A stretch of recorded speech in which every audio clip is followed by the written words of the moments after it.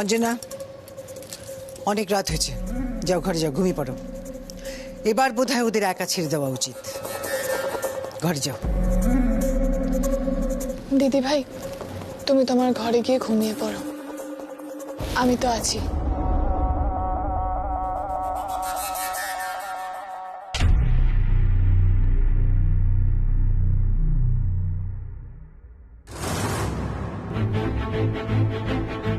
আপনার ছেলে কিন্তু এই রাতে নিজের ঘরেই আছে মা, কোনো পাব বা নাইট ক্লাবে নয়। আপনি খামোখা এত দুশ্চিন্তা করে এ ঘরে এলেন।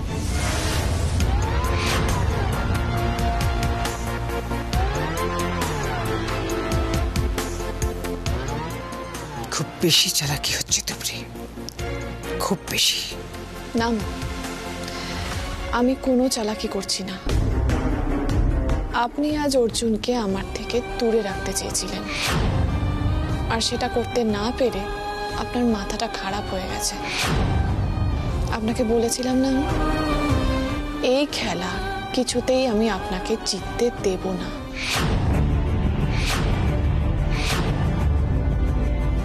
আমার কথা আমি রাখছি। ছেলের ভালো যদি চেয়ে থাকেন তাহলে বুঝে নিন, আপনার ছেলে আমার সাথেই ভালো থাকবে,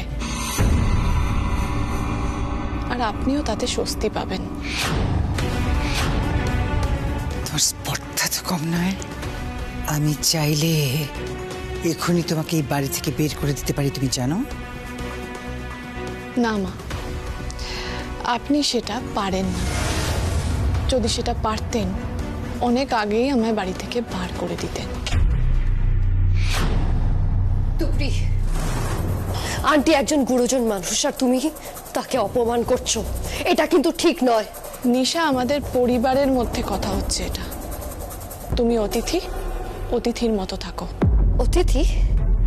তো কেউ ভুল করলে অতিথি কিছু বলতে পারবে না? কোনটা ঠিক কোনটা ভুল সেটা নিশ্চয় আমি তোমার থেকে শিখবো না নিশা। যা বোঝার আমি বুঝে গেছি। কি বুঝেছো তুমি? আস্তে কথা বলো। অর্জুনের শরীরটা ভালো নেই, মাথা ধরেছে। আর কি বুঝেছি? বুঝেছি যে অতিথি ফুলশয্যার রাতে পরপুরুষকে তার স্ত্রীর থেকে আলাদা করে নিয়ে যায়, সে আর যাই হোক ভালো উদ্দেশ্য নিয়ে আসেনি। তুবরি, বললাম না আস্তে কথা বলো। আমি যা বলেছি ঠিক বলেছি। মা, অর্জুনের জ্বর এসেছে। ও যদি এখন অর্জুনকে উত্ত্যক্ত করে, অর্জুনের শরীর কিন্তু আরো খারাপ হবে। আপনি এতদিন যা করেছেন নিজের ছেলের ভালোর জন্যই তো করেছেন। তাহলে নিশার মুখটা প্লিজ বন্ধ করতে বলুন, আর ও যেন এক্ষুনি এই ঘর থেকে বেরিয়ে যায়।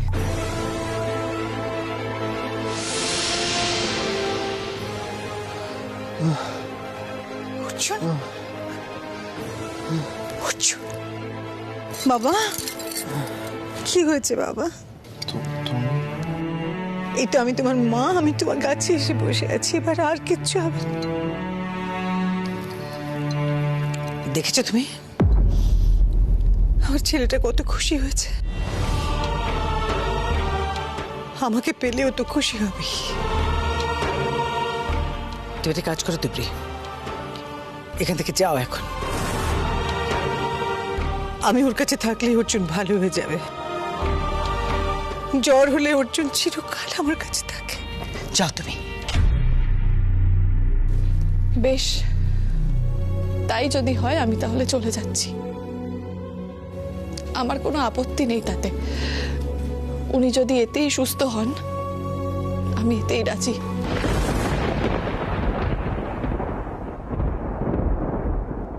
তুমি কোথাও যেও না তুবরি।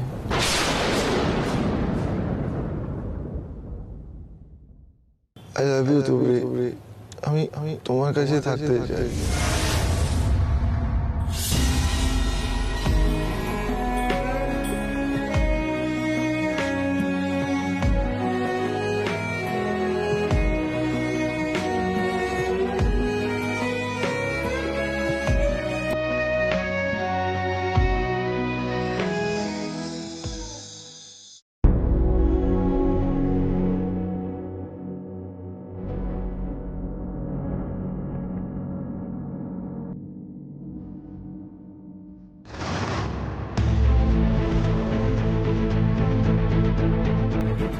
ওনার মা চলে গেছেন।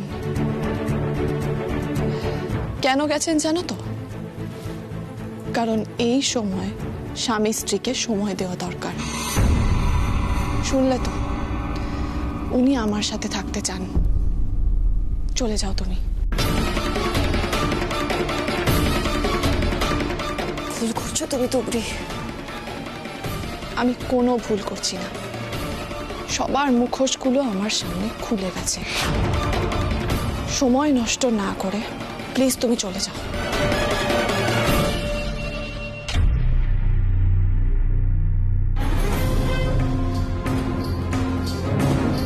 তুবড়ি, ছেড়ে দাও আমাকে।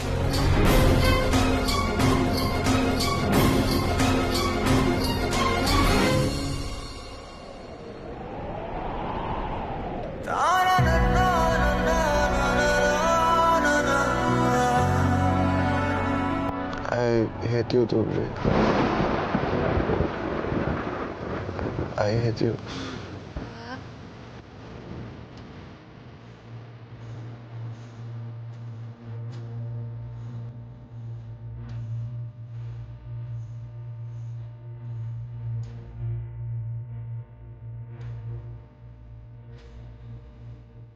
বেশ, আপনার ভালোবাসা আর ঘৃণা দুটোই নিলাম। ঠাম্মা ঠিক বলে, আপনি একটা বাচ্চা, আপনাকে বড় করতে হবে। কথা দিলাম, আপনি যতদিন না বড় হচ্ছেন ততদিন আমি আপনাকে ছেড়ে কোথাও যাব না।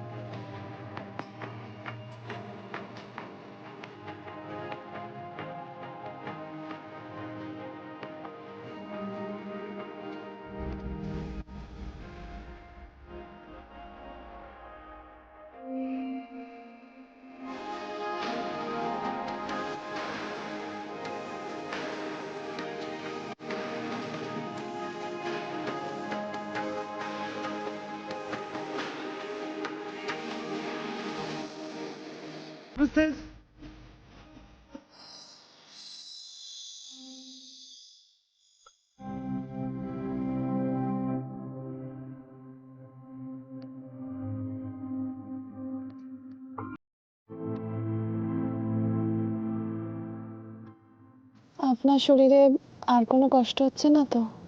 কষ্ট? কিসের কষ্ট?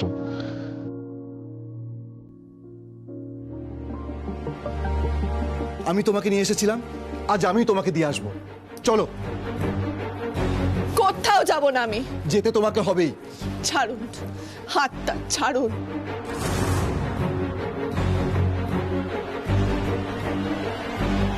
অর্জুন।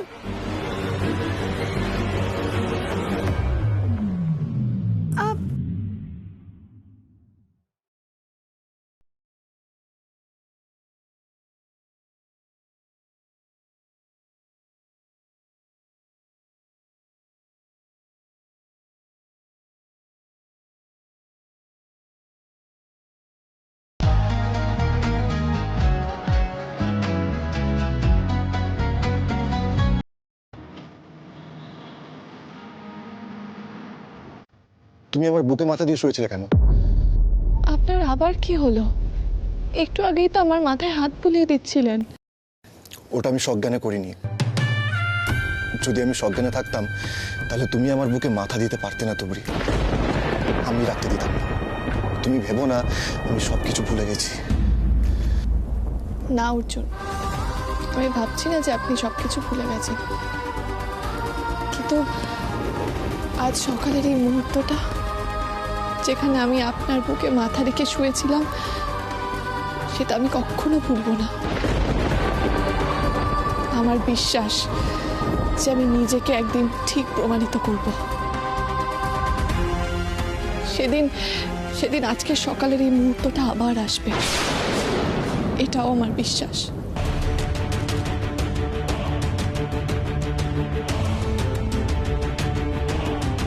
সেদিন আপনি নিজে থেকে আমাকে আপনার বুকে মাথা রেখে ঘুমোতে দেবেন। না তুবড়ি, সেই দিনটা তোমার জীবনে কখনোই আসবে না। কারণ তুমি সত্যি প্রমাণিত হতে গেলে আমার মাকে মিথ্যে প্রমাণিত হতে হবে, যেটা বাস্তবে সম্ভব না। আমার মা ভুল হতে পারে না তুবড়ি, আজও নয়, আগামী দিনেও নয়। তুমি আমার মাকে মিথ্যাবাদী প্রমাণিত করার চেষ্টা করছো, করে যাও, যত খুশি করো, কিন্তু তুমি আমার মাকে মিথ্যাবাদী প্রমাণ করতে পারবে না। তুমি বৃথাই চেষ্টা করছো তুবড়ি।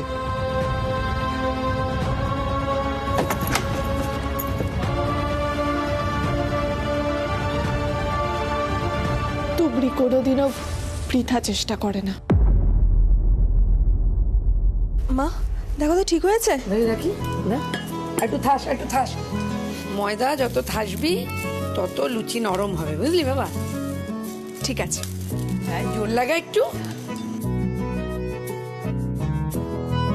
বলছি মা, আজকের বাজারটা এখানে রাখলাম। রাখ বাবা, রাখ।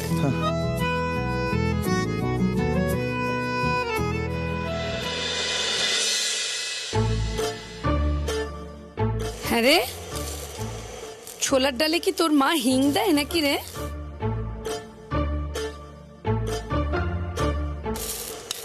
তোরা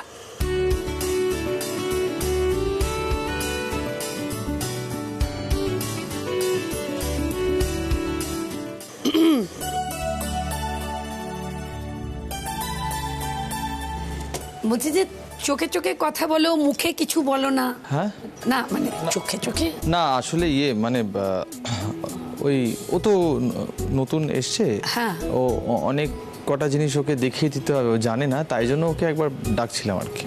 ও আচ্ছা আচ্ছা। হ্যাঁ হ্যাঁ হ্যাঁ বাবা, তাই যাও।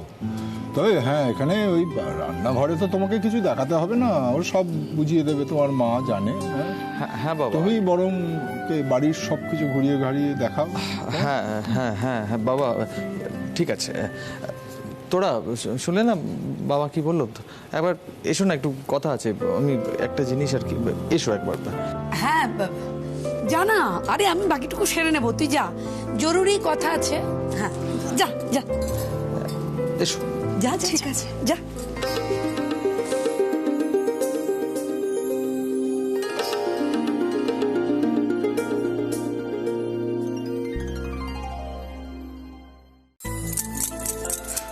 এই দেখো কাকিমা, এটা এরকম করে একটু জায়গা করবে আর অল্প পুর দেবে, বেশি দেবে না, তাহলে বেলতে পারবে না, বুঝলে? খুব সাবধানে কিন্তু। নিয়ে এইটা এইরকম ভাবে এইভাবে বেলবে, এবার ঘুরিয়ে দেবে, ঘুরিয়ে দিয়ে আবার বেলবে, বুঝেছো? তাহলেই হয়ে যাবে। আমি জানি তো, আমি মাঝে মাঝে রুটি তারপর লুচিও করি তো। ব্যাস, তাহলে তো জানোই তুমি। তা এটা আমি ভাজি একদম।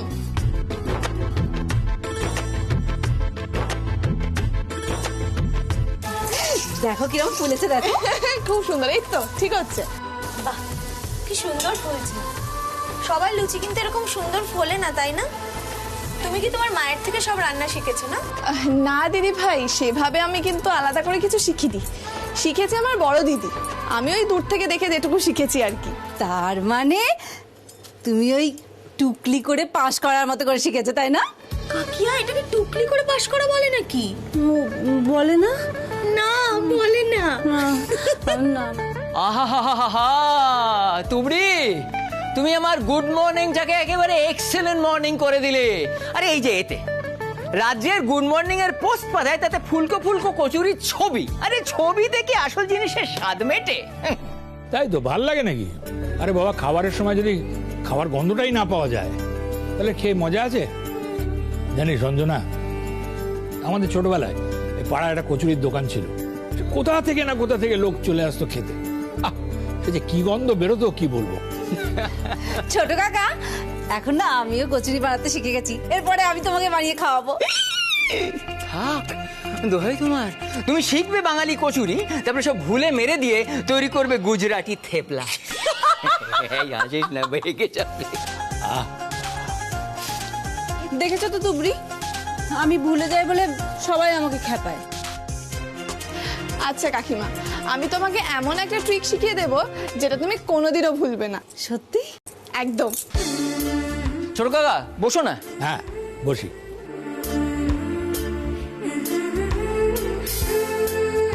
ও দিদি ভাই, তুমি একটু এইসব লুচিগুলো নিয়ে যাও না, বাকিগুলো আমি নিয়ে যাচ্ছি। কাকিমা, তুমি একটু তরকারিটা টেবিলে রেখে দেবো? হ্যাঁ দাও।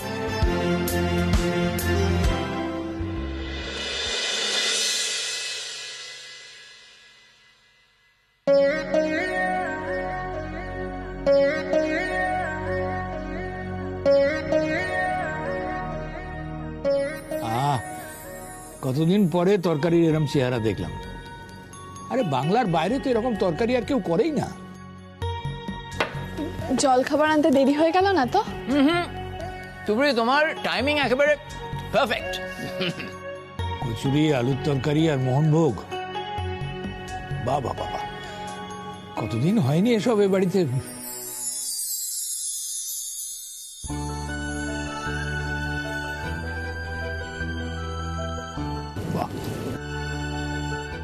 দিদি ভাই, তুমি এদিকটা দেখো, আমি বাবাকে বরং খাবারটা উপরে দিয়ে আসি। হ্যাঁ,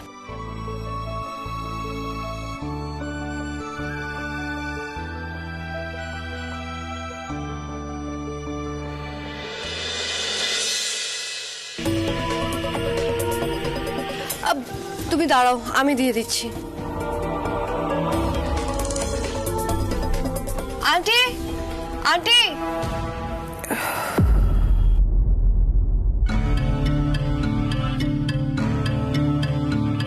আন্টি, গুড মর্নিং। কি ব্যাপার তুমি?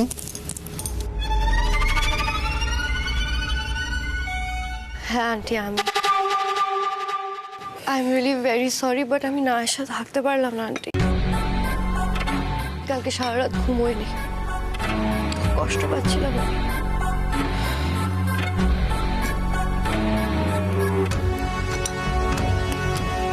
বেটি, আমি কালকে রাতে একবার এসেছিলাম, তারপর ভাবলাম না থাক, আসলে আমার না খুব হেজিটেশন হচ্ছিল।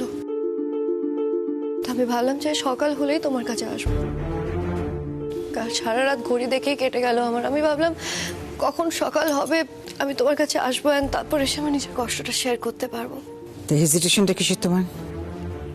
এই বাড়িতে থাকতে আন্টি। না মানে এই বাড়িতে তো থাকার আমার আর কোনো কারণ নেই। আর ছোট দাদু তো কালকেই আমাকে বললো আমি অকারণেই এই বাড়িতে পড়ে আছি। আর বাড়ির কেউ কেউ তো এমন আভাব করে বোঝানোর চেষ্টা করে যে কেন আমি এই বাড়িতে আছি, কি কারণে এই বাড়িতে আছি। আর এর পরেও যদি আমাকে কেউ কিছু বলে। দেখো নিশা, এই বাড়ির বাকিরা যা বলছে বলুক, কিন্তু তোমার এখানে থাকার কারণটা কি সেটা তুমি বোঝো তো? তুমি সেটা জানলেই হলো। নিশা, আমি যখন তোমাকে এই বাড়িতে এনেছি আমি তোমাকে কোনোভাবে অসম্মানিত হতে দেব না, কিন্তু তোমার মাথায় যেন থাকে যে কী কারণে আমি তোমাকে এই বাড়িতে এনেছি। তোমাকে যেটা বলার যে আমি এর মধ্যে ভেবে রেখেছি যে আমার অফিসের একটা চাকরির পোস্টে আমি তোমাকে অ্যাপয়েন্ট করব, সঙ্গে তুমি আমার পার্সোনাল সেক্রেটারি কাজগুলো সামলাবে। তাহলে আর এই বাড়িতে থাকা নিয়ে কোনো প্রশ্ন উঠবে না। একটা কাজ করো তো, আমাকে এই ফাইলটা দাও।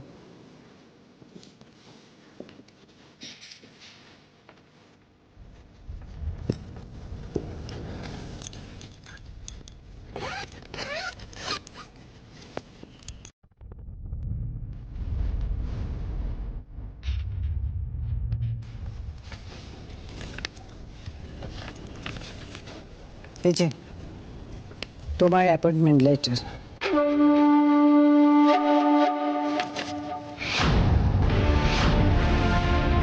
একটা কথা খুব ভালো করে মনে রেখো নিশা, যে আমার ছেলের মুখের দিকে তাকিয়ে ওর কথা ভেবে আমি তোমাকে এই বাড়ির অন্দরে ঠাঁই দিচ্ছি। তার জন্য কিন্তু কোনো সুযোগ নেবার চেষ্টা করো না। আন্টি আমি তোমার সম্মান রাখবো, বিলিভ মি। শুধু সম্মান নয়, ইচ্ছে বোঝো, ইচ্ছে। আমার ইচ্ছেটাকেও তোমাকে রাখতে হবে নিশা। আর যদি রাখতে পারো তাহলে এইভাবে অন্য কাউকে অ্যাপয়েন্টমেন্ট লেটার দিতে পারবে। কথাটা মনে রেখো, সেদিন সব তোমার হবে।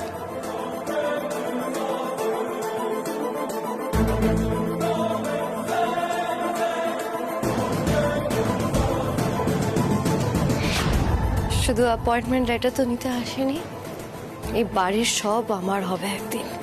তারপর দেখো আমি তোমাকে কোথায় ছুঁড়ে ফেলে দিই।